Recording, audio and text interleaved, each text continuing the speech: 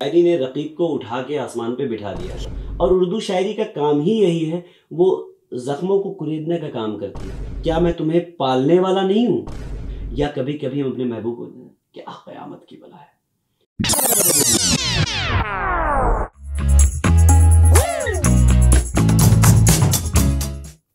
शेर व शायरी, गजल, नज्म, कहानियां, किस्से हम सब की जिंदगी से कहीं ना कहीं जुड़े होते हैं। एक कहानी, एक किस्सा हर इंसान के लिए कोई ना कोई शायर कभी ना कभी अपने शब्दों में पिरो ही लेता है। नमस्कार दोस्तों, मैं भावना मिश्रा गमक की जानिब से आज मुलाकातों के दूसरे एक ऐसे एपिसोड में आपके साथ आई हूं जहां मेरे साथ बैठे हैं लखनऊ के एक बड़े ही खुशमिजाज शायर शादाब जावेद। इनका मानना है कि ये शायर नहीं है या ये बनते हुए शायर हैं, लेकिन आवाम का मानना कुछ और ही है। उन्होंने इन्हें देखकर मुस्कुराने की कसम खाई है। ये एक ऐसे शायर हैं जो मोहब्बत, हिज्र, व्हाट्सएप स्टेटस, इंस्टाग्राम स्टोरीज, हर प्रकार के भिन्न भिन्न भांति भांति प्रकार के शेर आपको सुना सकते हैं। आवाम की जरूरत, मोहब्बत की हिफाजत और खुदा से जोड़ने की हुनर रखने वाले लखनऊ के शादाब जावेद से मुलाकात करते हैं। आपके साथ मैं भी। शादाब मियां, क्या हाल चाल? अल्हम्दुलिल्लाह, मैं अच्छा हूँ। मजा आ रहा है? बहुत अच्छा लग रहा है। बहुत अच्छा लग रहा है ना? हाँ, ऐसा अक्सर हो जाता है कि लोग जब लखनऊ से दिल्ली तक पहुंच जाते हैं तो मजा आता है। ये कमाल है एक फन का, ये कमाल है एक शायरी का। शायरी सिर्फ लखनऊ से दिल्ली ही नहीं, इस वक्त तो पूरी दुनिया में ट्रैवल करने वाली शय और फन का नाम है।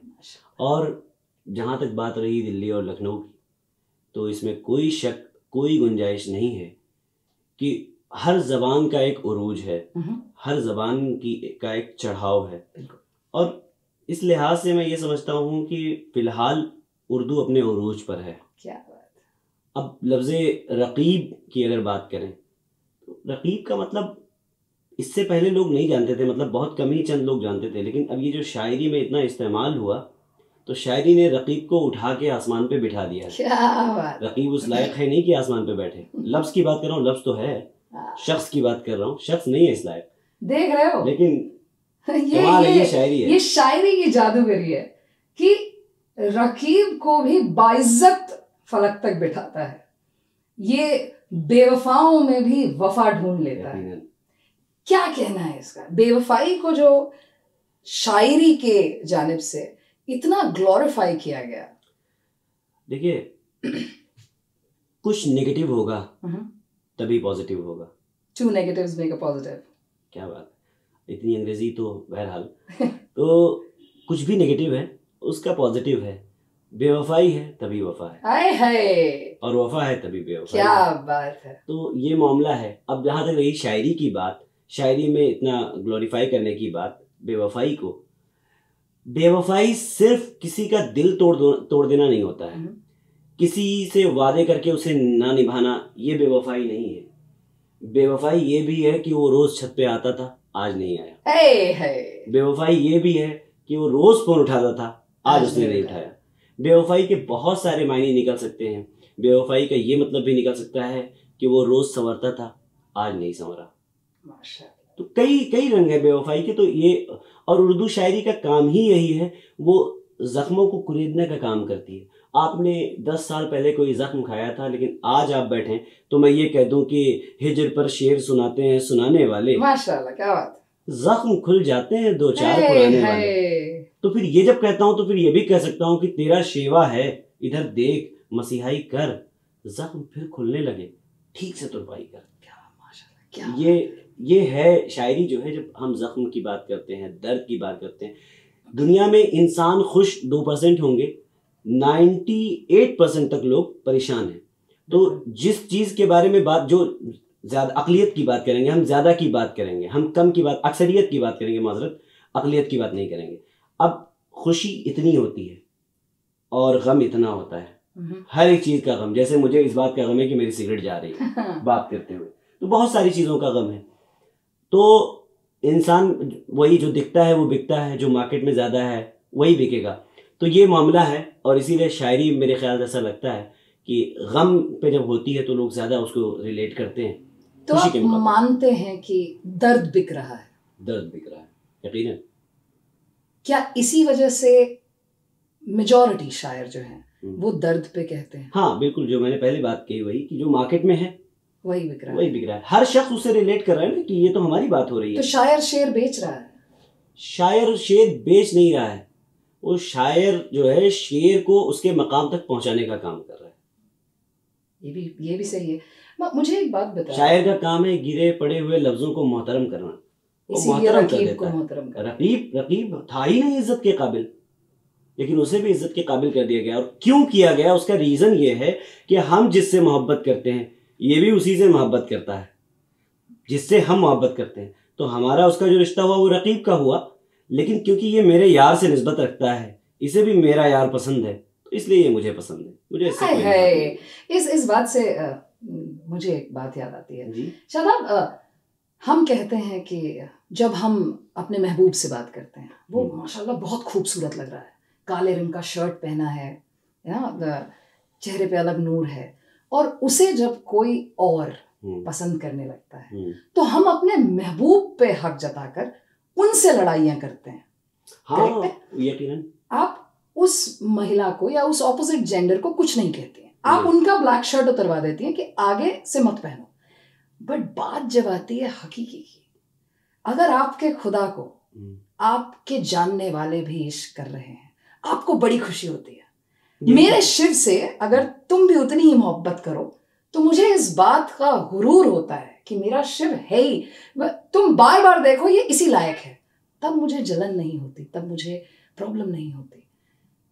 तो जब हम मोहब्बत में, गजलों में जब इश्क को वो दर्जा देते हैं तो फिर रकीब, बेवफाई क्यों? जब अगर आपके इश्क को कोई और भी इश्क कर रहा है तो उस बात से खुशी क्यों नहीं? मैं यही बात आपसे करने वाला था कि रकीब के भी की दो कैटेगरीज हैं, दो टाइप्स हैं उसके।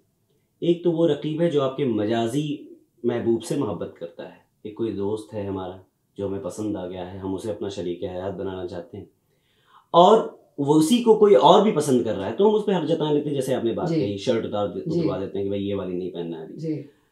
लेकिन जब खुदा की बात आती है तो हम खुश होते हैं। हाँ। तो ये फर्क है हकीकत और मजाज में, यही फर्क है हकीकत और मजाज में। क्योंकि जो असल है, क्योंकि हम सब उसी से निकले हुए लोग हैं। एक लफ्ज आता है तसव्वुफ में, सूफिज्म में, वहदतुल वजूद का। अब वो बहुत बड़ा कॉन्सेप्ट है, उसमें बहुत लंबी चौड़ी बातचीत हो सकती है, लेकिन मैं आपको शॉर्ट नोटिस में इतना बता दूं कि उसका मतलब ये निकलता है कि जो कुछ भी है, मैं हूँ, आप हैं, ये कपड़ा है, ये फर्श है, ये ज़मीन है, ये आसमान है, जो भी चीज़ें, ये कमरा है, ये बॉटल है, ये सारी चीज़ें जो भी हैं ये सब उसी से ही निकले हुए हैं, उसी का ही जुज़ है, वो उस ईश्वर का ही जुज़ है। तो जब उसी का है तो हर चीज़ अपनी तरफ वापस पलटती है, हर चीज़ अपनी तरफ वापस पलटती है। अब जैसे ये राख है, जो इस सिगरेट की राख है, राख क्या है, ज़मीन से ही बनी हुई है। अब ये देखिए, ये अगर आप इसके पर ध्यान दें तो इसके ऊपर जो ये लगा हुआ है, कागज़ जो लगा हुआ था, वो कागज़ किससे बना? पेड़ से बना। ठीक है, पेड़ कहाँ से उठा? ज़मीन से उठा। अब ये जलने के बाद नीचे ही जाएगा, ऊपर नहीं उठेगा, क्योंकि इसका रिश्ता ज़मीन से है। इसी तरीके से जब कोई शख्स आपके खुदा से मोहब्बत करता है तो आपको जलन नहीं होती है। ये सिगरेट का आयश नीचे जा रहा है तो मुझे इससे जलन नहीं हो रही, क्योंकि ये आया ही इधर से ही था, इसकी असल जो है इधर से ही थी। इसी तरीके से कोई बंदा जब अपने खुदा से मोहब्बत करता है, आपके खुदा से मोहब्बत करता है, तो हम जलन नहीं करते, क्योंकि वो आया ही उधर से। True, beautiful. मुझे एक चीज बताओ, प्यार की जाती है, किया जाता है, किया जाता है, ये फर्क होता है एक इल्मी आलिम आदमी के साथ बैठने का। ठीक है, प्यार किया जाता है, मोहब्बत हो जाती है। हाँ, इश्क की अगर बात करें, ये एक बहुत खूबसूरत सवाल है, और ये मैंने मदरसे में मैंने तालीम हासिल की, 8 साल का कोर्स किया। वहाँ मुझे इश्क के बारे में वो डेफिनेशन नहीं मिली जो एक दिन मैं, अपने पापा मेरे लेटे हुए थे और मैं उनका हुक्का बना रहा था।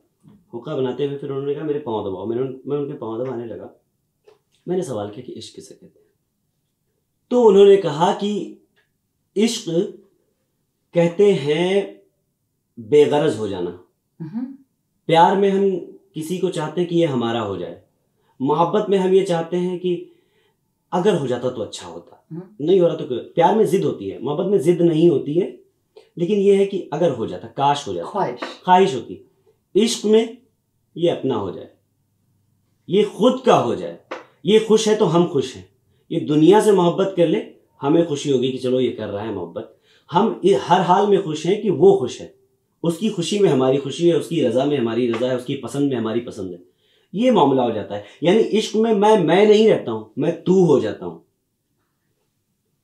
तो इश्क आपके अनुसार मैं से तुम तक का सफर, मैं से तुम तक का, हाँ।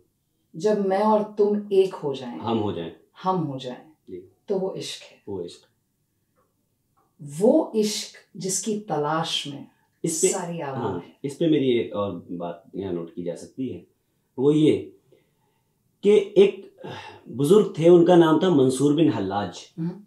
मंसूर, जब भी कहीं दार का जिक्र होता है, दार का मतलब है फांसी का फंदा, जब भी कहीं दार का जिक्र होता है तो मंसूर का जिक्र होता है।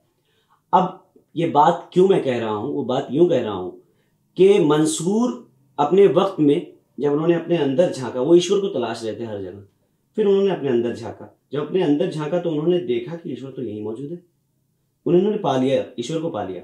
जब खुदा को उन्होंने पा लिया तो वो कहने लगे, अरबिक में बोले अनल हक, अनल हक, जो संस्कृत में आप लोग बोलते, एक है लफ्ज कुछ अहम ब्रह्मास्मि, हाँ ये लफ्ज, तो वो उन्होंने वो कहा कि अनल हक अनल हक। जब इसका वो बाजारों में निकले और शोर मचाने लगे अनल हक का, तो काजी शहर को ये बात बताई गई, शहर का जो उस वक्त का काजी था, जो जज था, उसको ये बात बताई गई कि फला ने ऐसा किया है, उसने अब दावा कर दिया है खुदा होने का, कह रहा है मैं हक हूं, मैं खुदा हूं, मैं ईश्वर हूं, मैं ही सब कुछ हूं। तो काजी शहर ने उसे फांसी के फंदे पर चढ़ाने का हुक्म दिया कि नहीं, ये शरीयत इसकी इजाजत नहीं देती है कि आप खुद को कहें। मंसूर उस वक्त अपने इश्क की मेराज पर था, अपने इश्क की बुलंदियों पर था। उसने जब देखा कि ये जो मेरे अंदर है, ये जो मैं बोलता हूं, मैं नहीं हूं, मेरे अंदर से तू ही बोलता है, तो वो वाला मामला था कि वो ये नहीं कह रहा था कि ये तुम हो, ये तुम हो, ये मैं हूं, ये मैं हूं। ईश्वर उसकी जबान से बोलने लगा, लेकिन क्योंकि जिस्म था मर्द का, जिस्म था इंसान का, तो अब इंसान के कुछ तकाजे होते हैं कि उसे रोक के थाम के चलना होता है जमाने को भी। अगर उस दिन काजी उनको सजा नहीं देता तो शहर का हर दूसरा शख्स आके अपने आप को अनल हक कहने लगता है, इसलिए वहां जरूरी था उन्हें रोकना। अच्छा, जब उन्हें फांसी पे चढ़ाया जा रहा था तो लोग उन्हें पत्थर भी मार रहे थे कि तूने ये क्या बड़ा गुनाह कर दिया, तूने अपने आप को खुदा कह दिया। एक थे वहां पर शिबली आए और उन्होंने पत्थर नहीं मारा, उन्होंने फूल मारा, और जब फूल मारा उन्हें तो उन्हें तकलीफ हो गई, वो रो पड़े, चीख पड़े और कहने लगे कि ये जो लोग मुझे पत्थर मार रहे हैं ये तो अनजान है, ये जानते ही नहीं कि मैं क्या बोल रहा हूँ। शिबली, तुम्हारे फूल ने मुझे ज्यादा चोट दिया है, तुम्हारे फूल ने मुझे ज्यादा जख्मी किया है, क्योंकि तुम जानते थे कि मैं क्या बोल रहा हूं और तुमने मुझे मारा। तो ये मामला है, यानी कि इश्क करने वाला, अब देखिए शिबली भी इश्क करने वाला है उसी से और मंसूर भी इश्क करने वाला है इसी से, दोनों में मोहब्बत यह है कि उसने उन्हें फूल मारा कि मैं पत्थर कैसे मारूं मेरे दोस्त को जो मेरे यार से मोहब्बत करता है, और उन्हें ये तकलीफ होगी तुमने फूल भी क्यों मारा, तुम तो जानते थे ना सब कुछ। तो ये है रकीब, ये थी रकाबत, ये है मामला। आप सबको अगर कनेक्शन बैठे, क्योंकि मुझे बैठा, क्या ये राधा और मीरा की कहानी? हाँ, बहुत हद तक, क्योंकि राधा कृष्ण एक हो जाते हैं, मीरा सिर्फ फूल चढ़ाती है। वो एक पता नहीं किसका कलाम है, उसमें है कि खबरे तहय्युर इश्क सुन, न जुनू रहा न परी रही। ये जुनू और परी का क्या खूबसूरत इस्तेमाल कि खबरे तहय्युर इश्क, इश्क की हैरत को की खबर देने वाले, इश्क की हैरत की खबर सुन, न जुनू रहा न परी रही, न तो मैं रहा न तो तू रही, जो रही सो न तो मैं रही न तो तू रहा, जो रही सो बेखबरी रही। लेकिन पढ़ने वाले, जो अच्छा पढ़ने वाले, वो इसे ये कहते हैं कि न तो मैं रहा न तो तू रही, जो रही सो बेखबरी रही। ये है मामला। तो इश्क ये है कि मैं से मैं नहीं रह जाता, तू से तू नहीं रहता, हम हो जाते हैं, ये है इश्क। अक्सर हम देखते हैं कि सबसे पहले जो सूफिज्म, चूंकि हम बात कर रहे हैं उनसे जुड़ने की, हम सब कहते हैं कि हम मेंटल पीस की राह पर हैं। मुझे शांति चाहिए, मेरा अल्टीमेट गोल शांति चाहिए। आपको नहीं लगता कि अल्टीमेट गोल शांति नहीं होनी चाहिए, प्राइमरी गोल चाहिए मेंटल पीस? क्योंकि अगर आप पीस में हैं तो आप खुश हैं। खुश हैं। अगर आप उसी की तलाश में हैं तो फिर आप क्या तलाश में हैं? हाँ, ठीक है।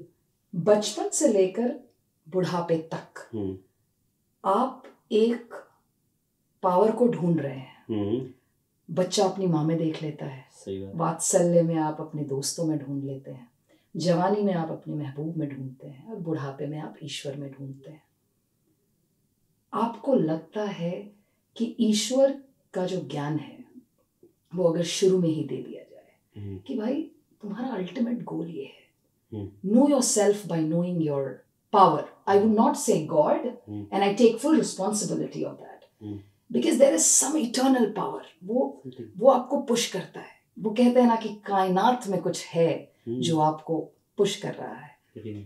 तो आपको लगता है कि जो शांति की तलाश में लोग उम्रें गुजार रहे हैं, वो शांत होके दुनिया को और बेहतर जगह बना सकते हैं? अगर जैसे आपने कहा कि बचपन में सिखा देना चाहिए, बता देना चाहिए, सीखे हुए और समझे हुए में फर्क होता है। बहुत बड़ा फर्क होता है। बचपन में आपको भी बहुत सारी चीजें सिखाई गई, बचपन में मुझे भी बहुत सारी चीजें सिखाई गई, लेकिन जब हमने अपनी तलाश से उसे जाना कि वो क्या है, उसे पाया। देखो एक बहुत बड़ा वो है, बहुत मशहूर कहावत है, जिंदगी इम्तिहान है ना? तो क्या इम्तिहान है? इम्तिहान का मतलब क्या है? इम्तिहान ये है कि बच्चे से बड़ा होना है आपको, शादी करनी है आपको, कमाना है आपको, अपने बच्चों को पालना है आपको, बूढ़ा होना है आपको, मर जाना है आपको। ये इसमें इम्तिहान कहाँ था? एग्जाम कहाँ है? एग्जाम वहाँ है कि जब हमें बनाने, ये मेरी बात नहीं है, ये मेरे मेंटर की बात है जो मैं यहाँ पेश कर रहा हूँ। मेरा कुछ भी नहीं है इसमें, तो मैं इसकी जिम्मेदारी में नहीं उठाता हूँ, लेकिन जो मुझ तक पहुँचा वो मैं आप तक पहुँचा रहा हूँ। बात अच्छी लगे तो कबूल कीजिएगा, वरना डिनाई करने का हक आप रखती हैं। तो जब हम लोग इस दुनिया में नहीं आए थे, ये सूफिज्म की बात चल रही है, तो सूफिज्म के तौर से मैं ये बात बता रहा हूँ, तसव्वुफ के तौर से बता रहा हूँ। जब दुनिया नहीं बनी थी, कुछ भी नहीं था, लेकिन कुछ था। वो कुछ क्या था? खुदा था। और हम, आप, ये वो सारे लोग, रिकॉर्ड करने वाले भैया भी, सारे लोग वहाँ पे मौजूद थे, सोल के उसमें, रूह के रूप में।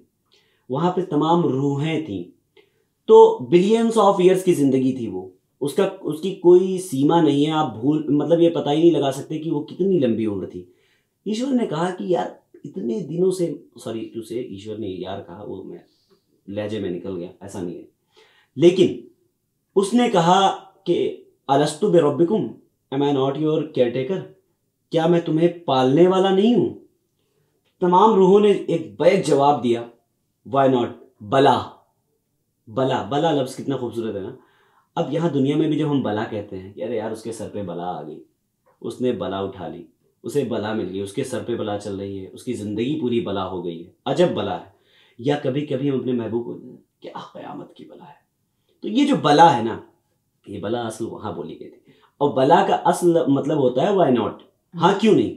उसने ये नहीं कहा, उसने, तमाम रूहों ने ये नहीं कहा कि हाँ, उसने कहा हाँ क्यों नहीं, क्यों नहीं, वो खुद उसने सवाल किया। तो ईश्वर ने कहा कि अच्छा ठीक है, ये जो जिंदगी बिलियंस ऑफ ईयर से तुम जी रहे हो, अगर मैं तुम्हें एक एग्जाम हॉल में भेजूं, वहां तुम जाओ, एग्जाम दो, एक इम्तिहान दो, और उस इम्तिहान के बाद अगर तुम उसे पास आउट कर जाते हो तो मैं तुम्हें दिखाता हूँ, ये देखो, अगर तुमने पास कर लिया तो तुम्हें इस कंपनी का सीईओ बना दूंगा मैं, जो इस 70 साल की जिंदगी या 100 साल की जिंदगी के बाद, ये जो 100 साल की जिंदगी का जो इम्तिहान है, इस इम्तिहान के बाद मैं तुम्हें इस कंपनी का सीईओ, तुम्हें इस कंपनी का सीईओ, और जो फेल हो गया वो तुम्हें इस जेल में, उस जेल में डाल दूंगा अगर तुम फेल हो गए तो। अब वो जेल यानी नर्क, और वो कंपनी यानी स्वर्ग, ठीक है, जहां जन्नत जहन्नम की बात हो रही है सब। अच्छा, पहले, इससे पहले ये सवाल है कि ये एग्जाम मैं लेना चाहता हूँ, कौन देगा? पहाड़ों ने कहा मैं नहीं दे रहा, जमीन ने कहा मैं नहीं दे रही, आसमान ने कहा मेरे बस का नहीं है। इंसान क्योंकि होता है जल्दबाज, उसको बहुत कॉन्फिडेंस होता है कि नहीं नहीं, मैं जैसे मैं इंटरव्यू देने बैठा हूँ मैं इंटरव्यू दूंगा, मैं लेने बैठे हूँ नहीं नहीं मैं ये नहीं कहूँगा। इंसान दौड़ गया, नहीं नहीं यार मैं करता हूँ हुजूर मुझे दीजिए मैं कर लूंगा। अच्छा उसे दिखाया गया कि देखो तुम जा तो रहे हो लाइफ में, ये देखो ये तुम्हारा कच्चा चिट्ठा है पूरा कि तुम पैदा होगे बड़े होगे, फिर एक ट्रेन हादसे में तुम्हारी टांग कट जाएगी, फिर तुम्हें तब भी जिंदगी जीनी है, ये नहीं कि खुदकुशी कर लोगे। अगर तुमने अपने आप को मार लिया, आत्महत्या कर ली, यानी तुम फेल हो गए, तुमने हराम मौत अपना ली है उसको, ठीक है। और अगर तुम इसको पास आउट कर जाते हो, मैं ज्यादा बोल रहा हूँ, बिल्कुल नहीं, हाँ मुझसे मैं बोल ज्यादा ही नहीं बिल्कुल ओके। देन अगर तुम इसको पास आउट कर जाते हो तो तुम्हारा जो ये लेवल है, इस लेवल पे तुम्हें रखा जाएगा, आगे चल के वो तुम्हें मिल जाएगा, ठीक है, इसकी पावर ऑफ अटर्नी तुमको मिल जाएगी। अच्छा तो हुआ क्या कि सबने देखा, मैंने भी देखा कि मैं ऐसे होऊंगा, मुझे शायरी पसंद आएगी, फिर मैं शायरी करने लगूंगा, फिर मैं लखनऊ से दिल्ली आऊँगा, फिर गमक के प्रोग्राम पढ़ूंगा मैं, और उसमें मैं एक फैमिली के तरीके से रहने लगूंगा और लोग मुझे पसंद करने लगेंगे, ये सारी जिंदगी। वही मेरे पसंद करने वाले से ज़्यादा मुझसे चिढ़ने वाले भी होंगे और मुझे उन्हें भी फेस करना होगा, मुझसे नफरत करने वाले भी होंगे, मुझे उन्हें भी फेस करना होगा। मेरी ज़िंदगी में बहुत सारे उतार चढ़ाव भी आएंगे, मुझे उसे भी फेस करना, और हर एक चीज़ को फेस करते हुए मुझे शुक्र अदा करना है उस ईश्वर का, और उसे तलाशना है, उसकी तलाश में रहना है। और जिस दिन मैंने उसे तलाश लिया, मेरा एग्ज़ाम कंप्लीट हो गया। और तो अब बात यहाँ आती है कि आप हिंदू घर में पैदा हो गई तो आप हिंदू हो गई, ठीक है। मैं मुस्लिम घर में पैदा हुआ, मेरा नाम शादाब पड़ गया, मैं मुसलमान हो गया। और मैंने कलमा मुझे सिखा दिया गया बचपन में, जब मुझे मतलब भी नहीं पता था कि ईश्वर क्या होता है, कलमे का मतलब मुझे सिखा दिया गया, मैं मुसलमान हो गया। आपको नहीं, आपको ईश्वर के बारे में बताया गया, आप हिंदू हो गई। किसी को क्रिश्चियन घर में कोई पैदा हुआ, वो क्रिश्चियन हो गया। तो ये तो बाई बर्थ हैं आप। लेकिन अब बात आती है कि आपने एग्जामिनेशन का जो पर्चा भरा था, अब उसमें एग्जाम हॉल में दाखिल होना आप शुरू होते हैं 14 साल के बाद, जब आपका शऊर बड़ा होने लगता है, बालिग होने लगता है। अब आप जब एग्जाम हॉल में घुस गए हैं, अब आपको तलाश करना है अपने खुदा को। तो सूफिज्म में यही एक अच्छी बात है कि जब आप तलाश करने में निकलते हैं तो मिल जाता है। वो जो कहते हैं ढूंढे से खुदा मिलता है, तुझे दैरो हरम में ढूंढा मुझको तू नहीं मिलता, मगर तशरीफ फरमा अपने दिल में तुझको देखा है। वो खुद कहता है, उसने कुरान में ये बात कही है कि मैं तुम्हारी शहरक से भी ज्यादा करीब हूँ। शहरक बोलते हैं इस रग को जो सबसे ज्यादा करीब है, उसे काट दिया जाए तो इंसान को मौत आ जाती है। तो उसने कहा मैं इससे भी ज्यादा करीब हूँ। अच्छा अब सवाल ये आता है कि वो इतना करीब है तो दिखता क्यों नहीं है ना, सवाल ये उठता है। अब मैं आपको एक एग्जाम्पल के तौर पे बताता हूँ ये बात, सॉरी, ठीक है। ये है, ये यहाँ से दिख रहा है मुझे, यहाँ से दिख रहा है मुझे, यहाँ से दिख रहा है मुझे, यहाँ कर लिया नजर नहीं आ रहा मुझे, ये ब्लर हो गया, ये सारी चीजें वो उतना इग्नोर्ड हो जाता है। तो ये इतने पे है, अभी भी थोड़ा सा डिस्टेंस है, और वो जो अंदर बैठा हुआ वो कैसे देखेगा? तो वो है तो महसूस तो होता है, दिखाई नहीं देता, क्योंकि हमारी आंखें ही नहीं है इस काबिल कि हम उसे देख सकें। क्या शादाब मियां, इसमें ना आपने बहुत छुपी हुई सी बात, पता नहीं, मैं शायद ये मेरी समझ से परे की बात है, कि जो जितना करीब आता है, जो जितना करीब होता है, आप उसको उतना ग्रांटेड ले लेते हो कि ये तो है, तो खुदा ईश्वर ये तो मुझ में है। वो जो अनल हक कह गए, वो जो हम कहते हैं हम ब्रह्मस्मि, वो फॉर ग्रांटेड हो जाता है, इसलिए वो दिखाई नहीं देता, लेकिन महसूस होता है कि कोई तो है। और अगर आपको इस बात का एहसास है कि आपके साथ कोई है, और उस एहसास को आप जानते हो, तो उसे मानिए, उसे समझिए, उसे जानिए, और उसको उतनी ही तवज्जो दीजिए जितना वो डिजर्व करता है, क्योंकि अगर वो करीब है तो वो आपको करीब से जानता है। शादाब मियां, एक आखिरी बात जी, क्योंकि हम सूफिज्म की तरफ बढ़ गए। सूफिज्म जब कहते हैं तो सूफिज्म का मतलब आम आदमी जो नहीं जानता है सूफिज्म को, उनके लिए सूफिज्म है ख्वाजा मेरे ख्वाजा, वो टोपी, वो सफेद सा चोला, वो एक हाथ में सूरज, एक हाथ में चंदा, और वो रक्स करना, और वो रक्स, और वो झूम जाना। सूफिज्म जितना मैं समझ पाई, चूंकि मेरी किस्मत है कि मैं ऐसे लोगों के साथ हूँ, आप हैं, जानी हैं, अमृतांशु हैं, जो बताते हैं कि ये सूफिज्म नहीं है कि कैलाश खेर का एक गाना गाया तेरी दीवानी, ये सूफिज्म, ये हिस्सा है पार्ट है छोटा, ये वो है जो दिखता है। असल सूफिज्म भी वही है जो आप करीब, इतना करीब आ जाता है कि नजर ही नहीं आता। ये मैं आप सबको बताना चाहती हूँ, सूफिज्म का मतलब सिर्फ तेरी दीवानी या छू ले मुझे प्यार से तो मैं मर जाऊं। जब ये कहते हो, जब ये सुनते हो, तो जब ये गाना आज के बाद दोबारा सुनना, तो कभी ये सुनना, ये सोच के सुनना कि भाई तुम्हारे महबूब की शक्ल में, जब शाहरुख खान ने कहा था कि शाहरुख खान के लिए अनुष्का ने कहा तुझ में रब दिखता है, जब वो रब दिखने लगे और वो रब के लिए आप गाने लगो कि तेरी दीवानी, तो शायद कहीं ना कहीं आप उस रास्ते पे हैं। जब आप ईश्वर, अल्लाह, जीसस, गुरु साहब, इन सब से परे हटकर जब इन सबको एक शक्ल में देख लो, ऐसा मेरा मानना है कि जब ये सब आपको एक शक्ल में दिखने लगे, शायद वो कहीं ना कहीं सूफिज्म है। When you liberate yourself from yourself within and when you connect to the overpower, to the universal power. ये तो बात हुई इश्क, मोहब्बत, सूफिज्म की। शादाब मियां का ये रूप हम काफी कम देखते हैं, क्योंकि ये वो शायर भी हैं जो टेलीफोन की वायरों में जुल्फे देख लेते हैं।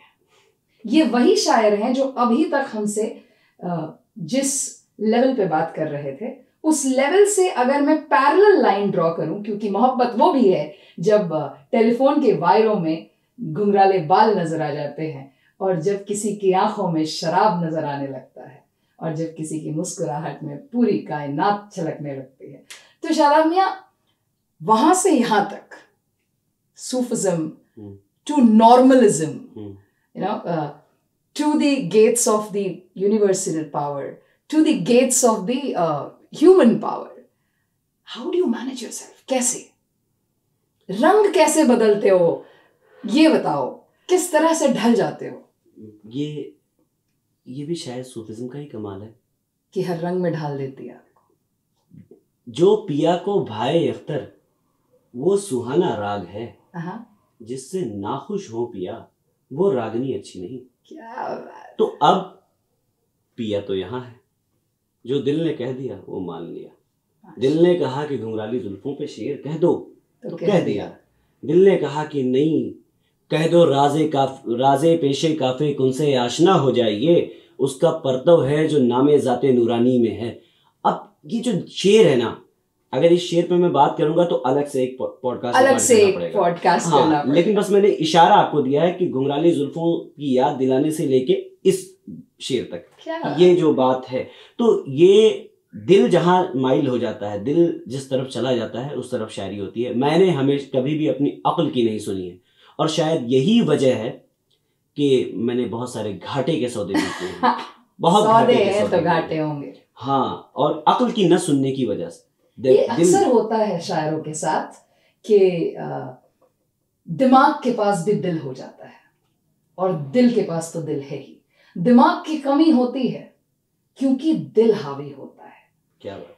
मैं लखनवी शायर के साथ हूँ और मैं मुस्कुरा रही हूँ, आप देख सकते हो। जब आप लखनऊ के साथ होते हो तो आप मुस्कुराते हो, और आप जब दिल्ली की तरफ आते हो तो आपका दिल लग जाता है। इन शायरों के साथ एक मुलाकात हुई, ये हमारे साथ थे शादाब में, और उम्मीद करूंगी कि आपको पसंद आया। यकीनन, बहुत बहुत शुक्रिया। अभी तक अगर आप लोगों ने हम दोनों को देखा है, तो अगर आपको इनकी शायरी सुननी है जो आपने टीजर देखा है, आप थोड़ा इंतजार करें, और इस स्किप एड अगर आई है आपके स्क्रीन पे तो उसको स्किप करने तक का इंतजार करें और सुने इनकी शायरी गमक के जानिब से। आप सब हमारे साथ जुड़े रहे, हमारे साथ बातचीत में बने रहे, ये आप हमें कमेंट सेक्शन में जरूर बताएं। फिलहाल मैं आपसे लूंगी इजाजत, और जाते जाते मैं शादाब मियां को कहूंगी एक शेर जो आपको बयां करता है।